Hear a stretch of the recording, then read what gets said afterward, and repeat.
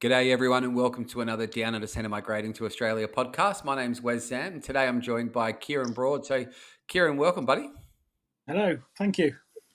So we sort of spoke about this briefly, mate. Broad, Kieron Broad, the cricketer Stewie Broad. You're not related to him, are you, mate? No, I'm not. No, because I think if that was, then my visa might be changed. Yes. So the cricket, the Aussies versus the English is always a big thing. Are you into are you into sport in the UK? Yeah, my main background is football, so I did a lot of football coaching. I coached at professional football academy for 11 years. So some of the players that I've coached when they're younger have now made professional footballers. But yeah, I'm interested in the rugby and cricket because I used to play it when I was younger. So yeah, quite sporty.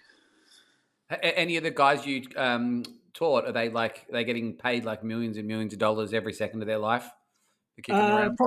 Probably not millions, but there's one or two that I've coached that are in the Premier League or playing at the top level or have represented their country. So it's nice because I still keep in touch with them.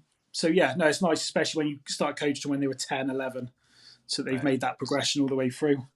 Yeah, that's good, mate. I love it too. I mentioned this probably in every podcast, but I coach the under-9s for footy, and I love it. I love it. Well, that's good, mate. It gives the Socceroos hope, mate, for maybe World Cup in 2032 or something. You get over here, mate.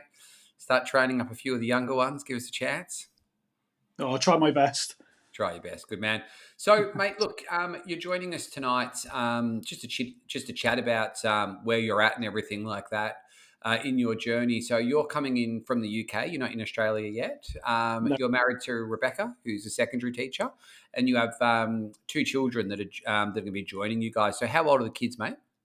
So my son Dylan, he's 6. No, he's 7 later this week, and my daughter Primrose is 2. Oh, nice, cool, very good. And your son, how did he take the news? Is he just too young to understand, or he's excited? What's his version of it? He's really excited because he loves animals. So anything to do with animals, he just kind of he loves. So he's always saying when we move to Australia, me and Daddy can go out and catch loads of animals and take it back to our house. And we're like, okay, well we'll have to really think about that. Because we don't want certain ones in our house and stuff like that. But yeah, no, he is excited. He is telling people, but I think when push comes to shove and we actually are going to go, I think he will be upset and will miss people. Yeah, no, he will. Got to be taken. It's actually about to hit magpie season now because we're in spring. So there's warnings all around when the magpies start swooping and everything like that. It's like a proper thing in Australia. Actually, you'll actually see people with helmets, like their bike helmets on with little spikes on it as well. Yeah. Yeah, to teach the magpies a lesson if they get a little bit too close. It sounds a bit vicious, but it must be needed when the magpies approach. So let's run through it. So your job is a residential care officer. So what is a residential care officer, mate? So essentially, I'm a deputy manager at a children's care home. So it's for children that have been taken into care by the local authority or the government for a variety of reasons. Could be because of disability, could be because of behaviour issues, or it could be that they've been removed from parents by the police. So I would always say not one day's the same. You just try and treat it. You're in a normal house, shall we say, and you just try and run it like your everyday home. So albeit that you've then got different people in, or adults in every day. So you take them to school, you have all your food together, you try and do you do clubs, you go on activities and stuff like that. So you try and run it as a normal family home. Yeah. And yeah, so that's kind of, but you get then the odd bits where sometimes behaviour issues and it said might become an issue, and then it does become more challenging. But those challenging moments can or outweighed by the positives of how far some of the progress that the boys have made. Okay. And you've got Rebecca. So you're married to Rebecca, and she's the secondary teacher. So she used that profession to be the main applicant for the visa. And just explain to the listeners exactly where you're up at what stage you're at the moment, please, mate. So we are at the stage of just waiting for the call from the lovely Jenny. We submitted our visas on the 19th of June. I remember that because it was my daughter's birthday. And then a few days later, we had to ask for the medicals and the police checks, and the medicals and everything was signed off on the 13th of August. So we're literally now just in the point of waiting. Well, it's weird. These podcasts have do amazing things to the immigration guards Mm. because before we started this podcast, we were doing the pre-record, chest in your voice and all that. And then one of the boys who did a recent one, just actually got his visa granted as well today, which was he got his invite today. Not his visa granted, he got his invite. He was waiting for his invite, and he's had it granted, which is great news. Okay, so primary school teacher. So Rebecca, how's her journey been through it? Has she found it stressful with the English test, getting all the documentation for a skills assessment? She's worked with our team. We've obviously got notes here, and she's smashed it. But how did she go with it, mate? As a husband, was she annoyed? Was she frustrated? Was she happy? How did she deal with her emotions? I'm very good with paperwork, so I kind of took the paperwork side essentially of making sure chasing documents and all of that from previous employer or previous employers, and then trying to get other documents like off the tax to prove employment. It wasn't too bad getting the documents needed for the expression of interest or the visa. We got them relatively early and had it all ready to go. So when our expression of interest or when the skills assessment came back, our expression of interest went in very quickly, and then that we got the invite within a couple of days, and then Yeah. it was in the space of 2 weeks that we had the skills assessment back. We had the expressive interest go in. We had the invite, and then we had the invite to apply for our visa, all in the space of 2 weeks. So it kind of went very quick. Yeah. Um, That is very quick, Kieran. I guess yeah. that's the beauty of Rebecca being a secondary teacher as well. Mm. That would have helped with those with that timeline. Yeah, I know. It said she put a lot of effort into she did the Pearson's English test. She put a lot of effort into study for that before. So did lots of like past questions and like watch videos on YouTube and stuff like that, and spoke to people on the Facebook page who have gone through it. And then she did really well. So she got 90 overall 90. So then it got us 20 points towards our visa. Wow, so 90 is top score. It's like the Yeah. best. Yeah, good on it. Well, that's good news. So we're going to get someone who can help people like yourself.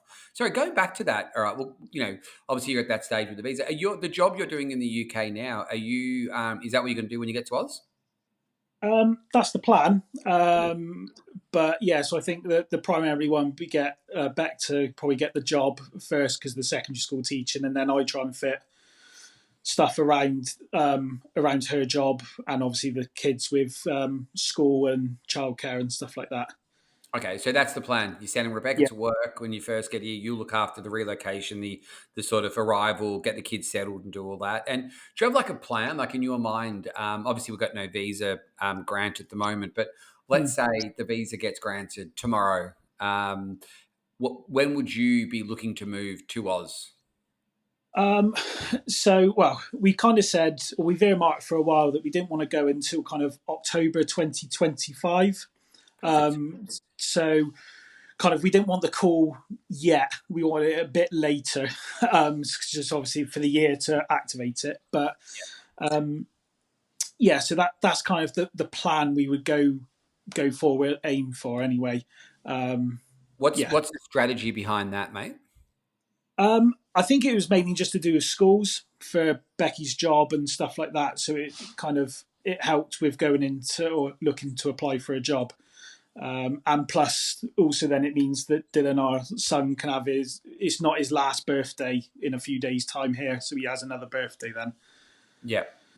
Oh, good man. What sort of secondary teaching does Rebecca do? So she's modern foreign languages. So she mainly is Spanish, but then can do a little bit of French and a tiny bit of Italian. Wow, that's pretty So good. very useful on when we go abroad. Yeah, I bet, mate. I Yeah. bet. I bet that would come in really handy. Do you are you like do you have any languages? Can you chat any languages with her? Um, I started when obviously I got with Becky. I started to learn Spanish. So because when we went to Spain, she was having a conversation with the waiter in Spanish, and I had no idea what was being said. So he could have been no idea what they were saying. It could be about me, but so at Yeah. least I picked up a basic stuff. But no, with me, it's mainly just English, and then when I was at secondary school myself, I did German just as a qualification. Which a funny story was that I got a better a better result in my German qualification. I did English, Oh, there you so go. yeah. So even though I'm born and bred in England, so And with secondary teacher, teaching a foreign language and everything, have you looked into positions in Australia that suit? Is it something that's common? Is it a competitive market, or pretty much arrive and walk into a job? it's we haven't seen too many Spanish, but we have spoke to kind of some of our friends who kind of live in Adelaide. Spanish isn't kind of the main one. They do obviously different languages there, which we understand. But Beck also did some time in primary school, so she would like to go eventually back and do kind of working in primary schools or the Okay. younger kind of education setting. And what about yourself as a residential care officer? Have you looked into work in that in for Adelaide over there? Yeah, I did. I did. I've emailed a few kind of. Well, I've set up my DUC employment hub, so I've done my page on there. I've emailed a few kind of agencies, probably is the best word, and kind of spoke to the government department of child protection and stuff, just to see kind of if any of my qualifications that I've got adhere to anything out in Australia. Do Um, they?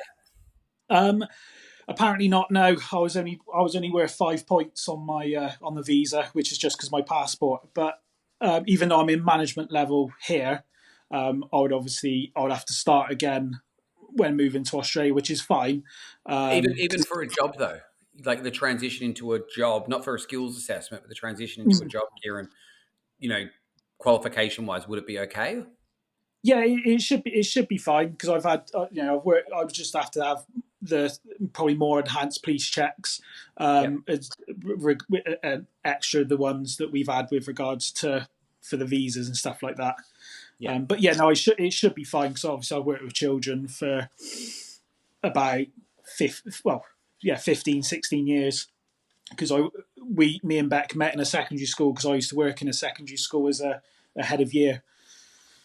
Okay, good stuff. And and she was teaching, was she? Yeah, she was teaching. She was teaching Spanish Just then, just and making sure she wasn't the student, mate, just for the police no, check. no, no, no, no. No. No, I don't think I'd have passed my police checks otherwise. And okay, so we've got the residential care officer, the secondary teacher. You mentioned the big word there, Adelaide. Been like Yeah. music to Lisa's ears. She loves people moving to Adelaide. Why Adelaide, mate?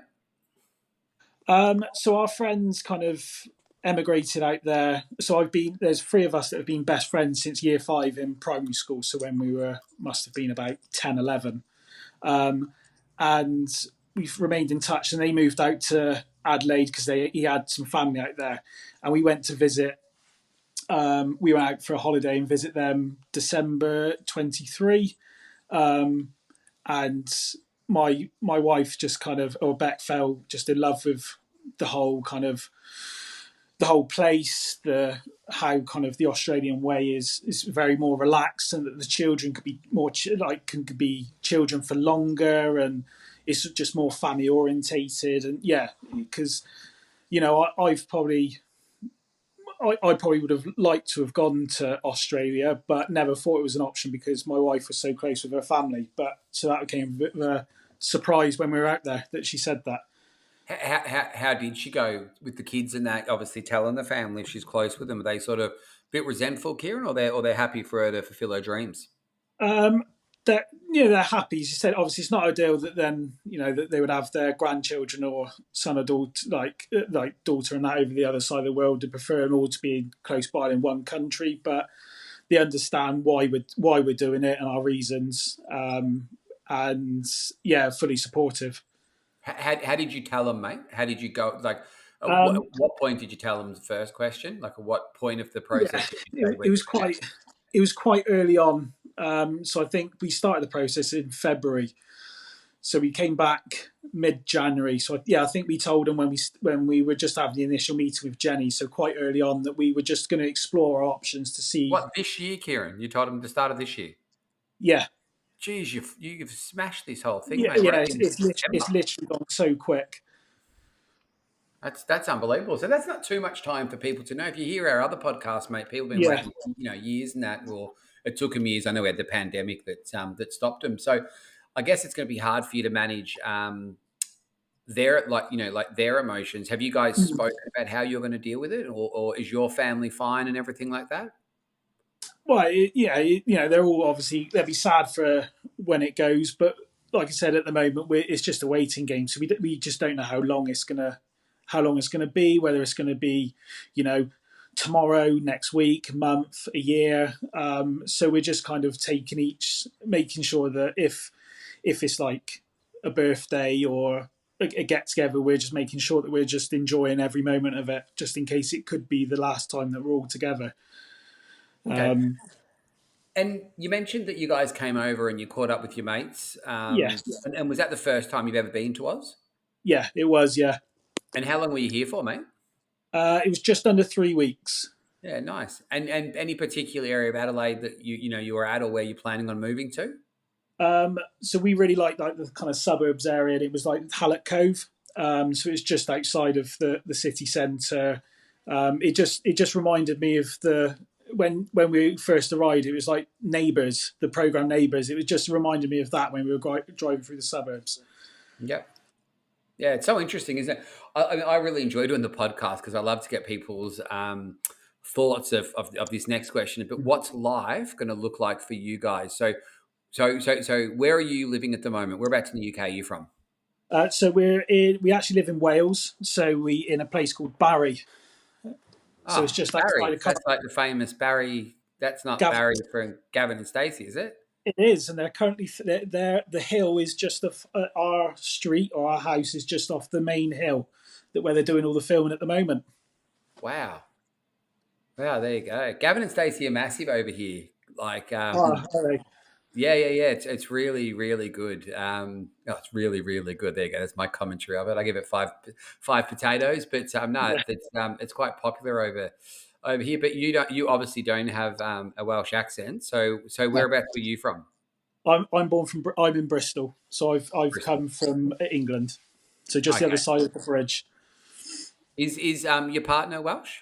Yeah, she's from Barry, so we moved to Barry from Bristol just to be close to her family. Uh, don't take this the wrong way, mate, but geez, I wish I was interviewing her because the Welsh accent is just the best. It's Yeah, the best. It's so good. Yeah, we've got a few of the relocation agents that work with our team and they're Welsh, and I just think it's just such a cool accent. well, there's different types of the Welsh accents. There's some that are subtle, and there's some that like the valleys that are really strong. I like the Valley ones. Yeah, yeah. I wouldn't say hers is that strong. Yeah, I like that. I like the Valley ones. Kind of, you just sit back sometimes and just like hear it, and you're like, wow, Mm. that's a real person's voice. And they're probably thinking the same about our voice, whatever. But yeah, you get taken back by it. But going back to my question, okay, so what's life going to look like? So you're in Barry now. So on the weekend, mate. Today's Monday. What did you guys do on the weekend? Just give us a rundown. Back in Barry, what was you doing? So we just kind of we try and do family stuff. So we all just try and go out somewhere all together. Just because my daughter she just loves being outside. If it's either in our garden or we just go down the beach because it's literally 5 minutes from my house. We go to the park. And then Saturday afternoons, my son he's in a gymnastics squad. So he does 12 hours a week. So he then has 3 hours of training on Saturday afternoon. Um, and then Sunday he then plays rugby. So he's just started playing rugby and he's really enjoying it, because we kind of wanted to. He's only started doing rugby because we wanted him to do a sport that he could potentially do when we do make the move to Australia, so that he can then have that kind of social aspect and to help him kind of settle. So, Kieran, it sounds like you've got good jobs. You've got like a good like work life balance. Would you say? And the kids are are active. So what's taking you to Australia? Obviously, you got your mates here and all that. But what's Yeah, going? Wow, I need to get there. I want to get there. It looks like neighbours where we could be being. But what are you guys going to do as a family? That's going to be the reason for us. I think I think the biggest pull is just that everything is just seems to be a lot more family orientated. Yeah. So like even when we were over in December, we were there for New Year's and they did two firework displays. One about 9 o'clock for the children to witness, and there was another one, and then actually at midnight. So it was just nice that they cater for the children. Um, it's just I think the biggest pull is the weather. It's just the consistency of the Yeah. weather that you then you can plan to do these things like more active things outside and yeah, I think it's just the more relaxed atmosphere or the way of life that it seems to be, and just that the children can be, they can be children for longer. It just Oh, seems that's 100%. that's 100%. that's probably the biggest thing, and yeah, They're so free. Like I saw a picture of one of my mates today on his Facebook thing, and he had the little garden in the UK, like like he's in London, like the little garden. Got the townhouse or whatever it is, the flat, and it has like a little garden out the back, and that's how we did it with our two boys before Jazz was born. And you think, wow, now like just space, you just got so much more space and everything like that.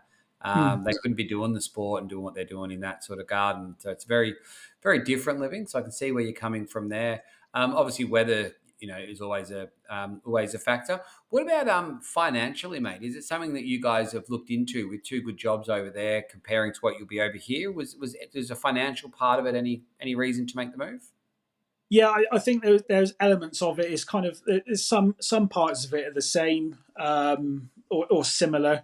Obviously, I know mortgages are kind of higher, but then the offset of that is that the wages that you are paid, or it seems to be your jobs are paid better out in Australia than they are here.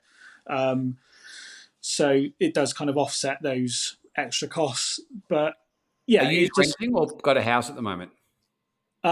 we own our own house, so we would look to sell our house here, to then use that money to then put towards buying a house in Australia.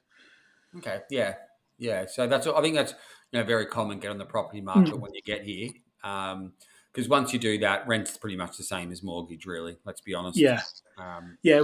We know we'd have to rent for the first few months because before we get, and I have looked because you got to wait the first 3 months before you can apply for a mortgage and stuff. So of being in jobs, so yeah, and potentially our friends might let us stay there with them for a couple of weeks just to break it up and stuff like that. So yeah, we'll just have to. Yeah, that's the plan anyway.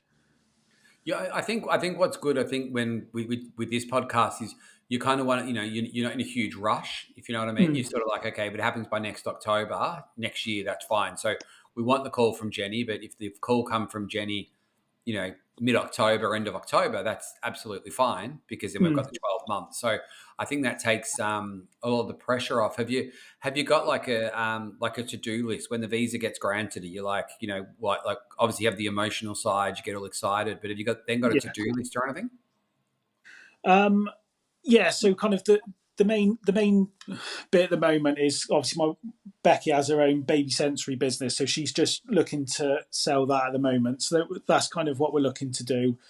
Once that's kind of sold, then it's then looking at putting the house up. But I've already been in touch with Eugene from the relocation team. Yeah, and it'd be a case of them probably putting the house up for sale and looking at what we're going to keep and take, and then look to apply for jobs. So we've got jobs for when we land. Yeah, and just kind of those the rough plans anyway. But it all could change once you speak to, or once we have a conversation with the relocation team. Yeah, there's a lot to it. Obviously, like Mm. yeah, well, there's heaps to the whole thing, really, isn't there? Yeah. Um, but you sort of got like the area. How important is it to live in that area that you um, saw when you were down there and everything? Is that like a a must thing, or you're happy to sort of when you first get there, sort of live anywhere and then look to buy in that area? Yeah, I think, yeah, if we can be, yeah, if we rented, the ideal situation, if we rented and then lived in that same area, that'd be ideal situation. But it depends on the rental market at the time. But if we're just outside of that, as long as we can make it kind of work with our jobs and school and stuff like that. But yeah, overall, we would look to want to buy in that in Hallett Cove. Yeah. Yeah, it's such a good thing. And then, obviously there's so much sport as well. So one of the big things that we spoke, well, that Lisa actually before you're going to go for Port Adelaide or Adelaide. Have you seen the Aussie rules football, mate? Uh, I've only seen kind of snippets of it, and that's because of our friends. They attend games and they support Port Adelaide.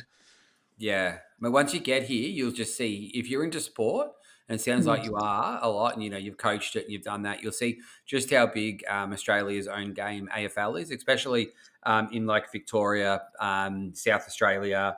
Um, and all that, sort of New South Wales and Queensland, it's rugby, but WA, South Australia, Victoria, it's all AFL. So you might want to start doing that. There you go. So you got lots of you've got lots of plans and all that sort of coming in and about where you're at and what you want to do and everything like that. Any advice or anything like that for people that are waiting, like while they're waiting for things? Um, Obviously, like I've seen on the Facebook page, I know it can be. I can see that it can be frustrating with when the people get their invites and people are waiting. It seems to be kind of certain skills assessments seem to take longer. I just think just keep reminding yourself that what the overall goal is. So the overall goal is that you're going to live in Australia. So some people it could take, it could be a year, it could be 2 years, but just keep at it. That's the only thing I would say. And it's a big decision, it's a big change. But as long as if you've got a partner and or a family that are supportive, then you can bounce off each other and help each other. Are you planning on when you guys come here, like starting fresh with because you've got the house and all that, or are you going to ship everything over, sort of put it in storage? Then when you get when you buy your house, you've got less things to do because of the furniture, or you sort of want to match your new furniture with the new property? What's your thoughts? I don't. I think our plan is we're not going to take any. I don't think we're going to take any furniture with us. We did. My Dylan did win a competition with the colouring competition where he Oh, won. He won a Lego set, and then with Stay by Rent, we got $10,000 worth of white goods. So if we go with that or go through them or find a rental property, so then we've got that as an option as well. So yeah, but I what did think you the plan. win? How much? What did you Sorry, win? What did you um, win? we I think it was 10,000. Was it $10,000 or $5,000 of like white goods? So like your fridge, your washing machine, your tumble dryer. Yeah. So well, he won the competition. I can't say he did the colouring, but he got his £100. Take his He credit. got his £100 Lego set, which he was happy with, and then proud mum and dad got the white goods. Yeah, that's crazy, isn't it? What did he colour? Do you remember? He did three pictures. He did the Australian flag. He Yeah. did a koala, and I think he did. Was it? I think I'm not sure if it was a beach scene, but there was a parrot in there and a tree. Okay. Yeah, nice. So, listeners out there, we have a thing called the Joey Club. So, we have actually our own relocation website, which is a website made by migrants for migrants. So, it's really cool. It's where, like, with people that obviously we get people like Kieron, like awesome people that are happy to to talk to you guys. And this is what we do the podcast. Just remember this: we do the podcast so you get a bit of an experience of what people are going through life. We'll interview people like Kieran now waiting for a visa, some at skills assessment say, some in Oz. We've had people being interviewed who've been here for 10 years. So it's a big version of it. And those people actually contribute to this, the Down to the Centre relocation website. And part of that, there's a thing called a Joey Club. So if you've got kids and everything and you're listening, get them on the Joey Club and they can do like a colouring in competition. And each month there's certain sponsors that will offer prizes. And obviously Kieran's son got a really good one. Like, geez, I think I have to revisit our prizes. We gave a $50 Amazon voucher, I think, mate. When the relocation side offered a prize. But it's just good because it gets the kids thinking a bit about Australia. It gives them something to do, Mm. especially in the holidays and everything. Um, but that relocation website as well, when you're looking at that, it's good to teach the kids about, especially if you move into like a coastal city, which you are, is all about the rips and everything like that, mate. Mm. Have you spoken to them a bit about sort of look, I'm an Aussie. I've only seen one snake in my life that hasn't been in a zoo, and that was years ago when I was fishing in the bush. Well, apart from when I was in the middle of Australia, but that's you meant to see them there. Yeah. But have like just do you talk to them about that? Prepare them a bit about not to touch things like spiders and snakes and everything if you did see them. Yeah, we have spoke to him, and we did do that whilst we were when we came over for the 3 weeks. But then he's now got into his head that me and him are going out and catching every animal, snake, lizard, bird, everything, and they're coming back to our house. So we have to manage his expectations with that. But yeah, we have kind of I spoken to reckon him, he and goes for it, mate. A few crocodiles in the back garden, uh, a few tiger he, snakes, mate. he'd be like Crocodile Dundee. He'd be straight out. He'd be catching. He'd be wrestling them. It's just like, yeah, we have to really just be careful. But yeah, it's just because he loves animals. He just anything animals orientated he loves. There's a beautiful the Eyre Peninsula as well, and like Port Perry and all that. If you ever go and want to go camping or like there's cabins and all that down there, but it's a beautiful down there to go away and take the kids. You'll see so many lizards and all that as well when you're sort of going inland from there. And more, as you're heading up towards Western Australia, that part of the highway is just so good. It's unbelievable, actually. How nice it is. So when you're coming from like Victoria, you pass Adelaide, and then you're going up towards WA, all the coastline up there, it's just unbelievable for wildlife. So good.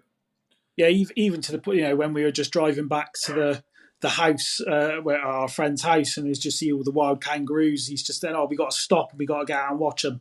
So we just, anything, he just loves it. Yeah, it is. It's so good. Yeah, it must be amazing being a kid, like being so excited about moving. Obviously nervous, but he's at that good Mm. age where he's probably can leave his mates because he's only just sort of new with them and everything. It Yeah, gets harder when they're teenagers, I think, to leave. We hear lots of parents having those chats with kids, and you can't blame them because the kids don't know what it's going to be like until they get here.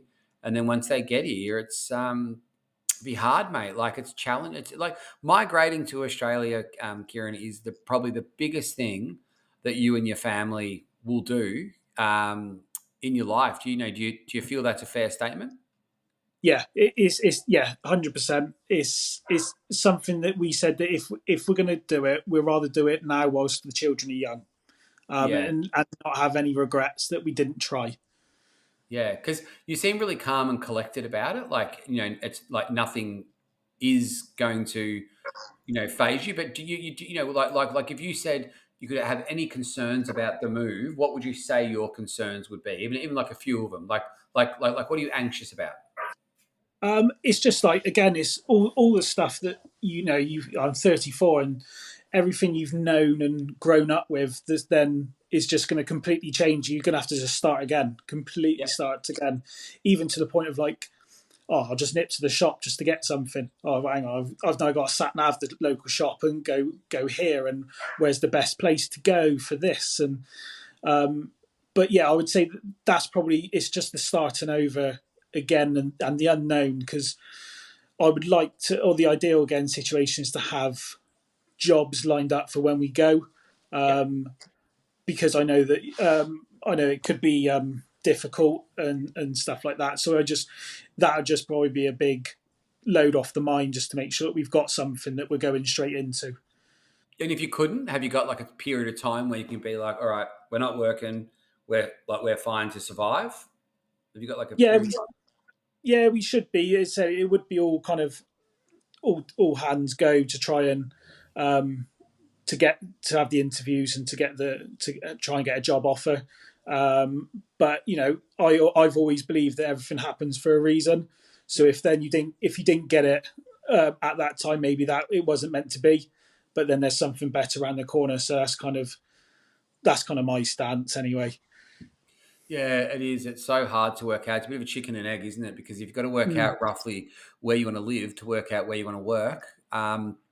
Especially when you're talking about a school as well, and Rebecca teaching, because she doesn't be driving an hour to get to work. So you sort of want to line up where you're going to live before you figure out which school she starts working in. But everyone we've interviewed from South Australia, mate, getting around there just seems so easy. It seems like you've got a small Mm. little city, and then you've got the beach, and then the country, all nearby. I think that's the beauty of South Australia, isn't it? Yeah, I was overwhelmed by how pretty a place it was. Even obviously, even the city. I've not grown up in a city itself, but I like to live just on the outskirts. But yeah, it was just so easy to get to and accessible, and everything was, well, I say everything was close by, but in Australia everything's a bit far away, but or it's longer to drive. But it doesn't really matter because you've got the scenery and the views and everything to kind of pass the time. Yeah, that's awesome. Well, mate, look, I just want to thank you for taking the time out. It's a Monday morning, your time, the middle of September, mate. And Kieran, I think you guys are going to be absolutely suited to Australia. I think you'll be a huge asset with what skills and everything that you guys bring in. And hopefully we can catch up in a couple of years or so once you've been here for a little bit, mate. Yeah, no, And I'm sure absolutely. the amazing Jenny Baker will be on the phone. Hopefully not too soon for you. Yeah, Just with that, what happens with that if she does? You got the 12 months, and obviously that's it. Plans change, and yeah, you get to us quicker. yeah. Well, again, so be it. If it is, it is. Obviously, we got our ideal situation, but if it comes sooner, it comes sooner, and then we just bring everything forward. Yeah, you're a legend, mate. Oh well, Kieran, I wish you all the best for Oz, mate. Thank you so much for taking the time. Thanks for having me. Yeah, to do that. So, guys, that's Kieran Broad and the Broad family talking about where they're at now, and obviously, what awaits with them. So, we wish them all the best, and we'll catch you on the next podcast. All right, cheers, everybody.